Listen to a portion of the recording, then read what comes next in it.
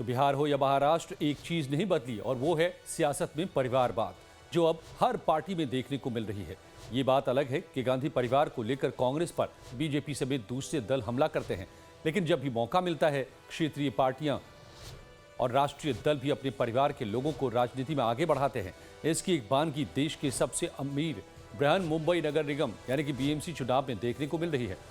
आज हम आपको विस्तार से बताएंगे कि कैसे बीएमसी चुनाव में परिवार पहले कार्यकर्ता बाद में इस तरह की सियासत हावी है, जिसमें पार्टियों के वंशवाद विरोधी दावों की कलई जनता के सामने पूरी तरह खुल गई है।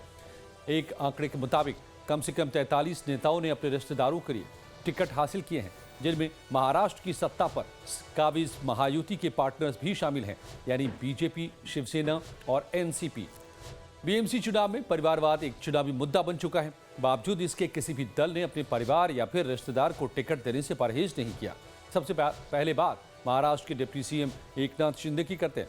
शिंदे की शिवसेना ने बीएमसी चुनाव में 5 ऐसे लोगों को चुनावी जंग में उतारा है जो किसी न किसी बड़े नेता के रिश्तेदार हैं।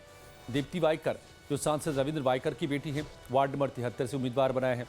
शैला लांडे विधायक दिलीप लांडे की पत्नी हैं, वार्ड नंबर 163 से उम्मीदवार हैं। रुपेश पाटिल, जो कि अशोक पाटिल के बेटे हैं, उनको भी वार्ड नंबर 113 से उतारा गया है। समाधान सावरकर विधायक सदा सावरकर के बेटे हैं, वार्ड नंबर 194 से उतारे गए हैं। प्रिया सावरकर विधायक सदा सावरकर की बेटी हैं, वार्ड नंबर 191 से उनको टिकट दिया गया है। अब बात बीजेपी की, जो पारंपरिक रूप से वंशवादी राजनीति के खिलाफ रही है। बावजूद इसके बीजेपी ने भी बीएमसी चुनाव में नाते रिश्तेदारों को टिकट देने में शिवसेना को भी पीछे छोड़ दिया है। बीजेपी ने 6 ऐसे उम्मीदवारों को टिकट दिया है जो बड़े नेताओं के रिश्तेदार हैं। अकेल नरवेकर परिवार के 3 सदस्यों को टिकट दिया गया है। तो मकरंद नरवेकर, जो कि विधायक राहुल नरवेकर के भाई हैं, वार्ड नंबर 226 से उतारा गया है। हर्षिता नरवेकर राहुल नरवेकर की भाभी हैं, वार्ड नंबर 227 से उम्मीदवार है। डॉक्टर गौरवी शिवालीकर राहुल नरवेकर की चचेरी बहन है, वार्ड नंबर 227 से उतारा गया है। नील सोमैया पूर्व सांसद हैं, किरीट सोमैया के बेटे हैं, इनको भी टिकट दिया गया है। पहले ही निर्विरोध जीत चुके हैं। प्रकाश दरेकर नेता प्रवीण दरेकर के भाई हैं, वार्ड नंबर 3 से हैं। मुंबई बीजेपी अध्यक्ष अमित सातम के बहनोई हैं, वार्ड नंबर 68 से इनको टिकट दिया गया है। तो कांग्रेस की भी बात कर लीजिए। हमेशा से वंशवाद की पोषक मानी जाती है, ऐसे ही आरोप लगातार लगते हैं। जाहिर है बीएमसी चुनाव में खुलकर पार्टी नेता के रिश्तेदारों को रेवड़ी की तरह टिकट बांटा गया है। कांग्रेस ने 8 ऐसे लोगों को बीएमसी चुनाव में उतारा है जो किसी न किसी नेता का बेटा या बेटी या फिर कोई न कोई रिश्तेदार है। तो देखिए कौन कौन से हैं। विधायक असलम शेख के बेटे हैं, वार्ड नंबर 34 से। कमर जहां सिद्दीकी असलम शेख की बहन, वार्ड नंबर 33 से। सैफ अहमद खान असलम शेख के दामाद हैं, वार्ड नंबर 62 से हैं। आमिर खान पूर्व मंत्री आरिफ नदीम खान के बेटे हैं, वार्ड नंबर 162 से उम्मीदवार हैं। सूफियान हैदर मोहसिन हैदर के बेटे हैं, वार्ड नंबर 65 से उम्मीदवार हैं। मेहर हैदर मोहसिन हैदर की पत्नी हैं, वार्ड नंबर 66 से उम्मीदवार बनाया गया है। और इसी तरह चंद्रकांत हुंडेरे की बेटी को भी वार्ड नंबर 140 से मैदान में उतारा गया है। तो परिवारवाद की पोषक रही शिवसेना यूबीटी ने भी बीएमसी चुनाव में अपनी पार्टी के 3 नेताओं के रिश्तेदारों पर दांव लगाए हैं। पार्टी प्रमुख उद्धव ठाकरे ने ऐसे 3 प्रत्याशियों को टिकट दिया है जो बड़े नेताओं के परिजन हैं। शिवसेना उद्धव ठाकरे गुट राजुल पाटिल विधायक संजय दीना पाटिल की बेटी, वार्ड नंबर 114 से हैं। अंकित प्रभु सुनील प्रभु के बेटे हैं, वार्ड नंबर 54 से हैं। सोनम जमशुदकर विधायक मनोज जमशुदकर की पत्नी हैं, वार्ड नंबर 210 से हैं। तो आपको सुनाते हैं शिवसेना के नेता कृष्ण हेगड़े का परिवारवाद को लेकर के क्या कुछ कहना है। परिवार में हमने टिकट दिया है तो वो सदस्य भी हमारे सक्षम हैं, उन्होंने मेहनत पार्टी के लिए किया है, उनमें जीतने की क्षमता है, लोगों के लिए काम करने की क्षमता है और उन्होंने भी 10-15 साल 20 साल अपने परिवार के सदस्यों के लिए काम कर उनको जिताया है। और ऐसे सभी कार्यकर्ता और नेता जो हमारे शिवसेना परिवार के सदस्य है, जो सक्षम है, जो मेहनती है, जो काम कर सकते हैं, उनको हमने टिकट दिया है। तो ये ट्रेंड दिखाता है कि नेता कैसे अपनी राजनीतिक विरासत को आगे बढ़ा रहा है, कैसे अपने प्रभाव का इस्तेमाल कर परिवार के सदस्यों को चुनाव में उतार रहा है। ऐसे मुंबई के नगर निगम चुनाव की गतिशीलता बदल रही है। सबसे खास बात, कोई भी दल इस मामले में पीछे नहीं है। यही है असली पावर पॉलिटिक्स।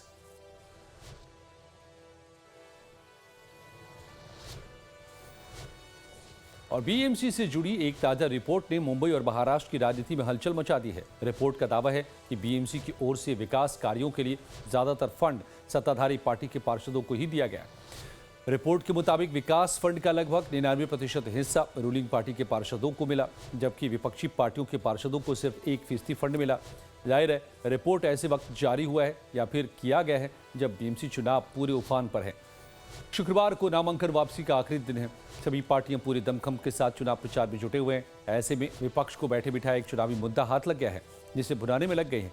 खासकर शिवसेना यूबीटी। आपको बता दें कि 15 जनवरी को बीएमसी चुनाव के लिए मतदान है। शिवसेना यूबीटी का आरोप है कि जिन वार्डों में सत्ताधारी पार्टी के पार्षद हैं, वहां सड़क, नाली, पानी, लाइट और सौंदर्यीकरण जैसे काम तेजी से हुए, जबकि जहां विपक्षी पार्टियों के पार्षद हैं, वहां की जनता अभी भी बुनियादी सुविधाओं के लिए जूझ रही है। उन्होंने काम किया ही नहीं, उन्होंने सिर्फ और सिर्फ वसूली का काम किया। मैं तो पहले बताया, आपके सवाल के पहले ही मैंने बता दिया, ये तो कोई मैच फिक्स था ही नहीं। क्योंकि जब थे तो आप मीडिया उठा लीजिए, हम लोग कोर्ट में गए, ये लोग निधि नहीं देते थे और निधि का सवाल ही कहाँ उठता है। 22 तक कार्यकाल था और तब तक वो 22 जून तक वही मुख्यमंत्री थे। 7 मार्च को हमारा कार्यकाल खत्म हुआ, तो निधि आई कहाँ से। लेकिन अगर जहाँ पे विल हो, काम करने की इच्छा हो, तो काम होता है। अरे बीएमसी में जाइए, सेंट्रलाइज डिपार्टमेंट है, रोड के लिए रोड का फंड है अलग से, हॉस्पिटल के लिए हॉस्पिटल का फंड है, और इसके लिए कचरा, घन कचरा विभाग के लिए कचरे का फंड अलग से है, पानी के लिए पानी का, तो हर चीज का फंड है। आप सुझाव तो करिए, लेकिन एक फंड उनको जरूर नहीं मिला जो उनको फंड, जिस फंड को फंड करना था। वहीं सत्ता पक्ष का दावा है कि फंड का आवंटन जरूरत और प्रोजेक्ट के हिसाब से किया गया। बीजेपी ने विपक्ष के आरोपों को खारिज करते हुए कहा कि जहां योजनाएं तैयार थीं और प्रशासनिक प्रक्रिया पूरी थी, वहीं पर फंड जारी हुआ। लास्ट टर्नियर जो था वो 2017 से 2022 तक था। 22 के बाद जिस तरीके से प्रशासन के हाथ में सब महानगर पालिका जाने के बाद वास्तविक प्रशासन ने सब पार्षदों को सब सेम फंड जो है वो बराबर तरीके से बांटना चाहिए था।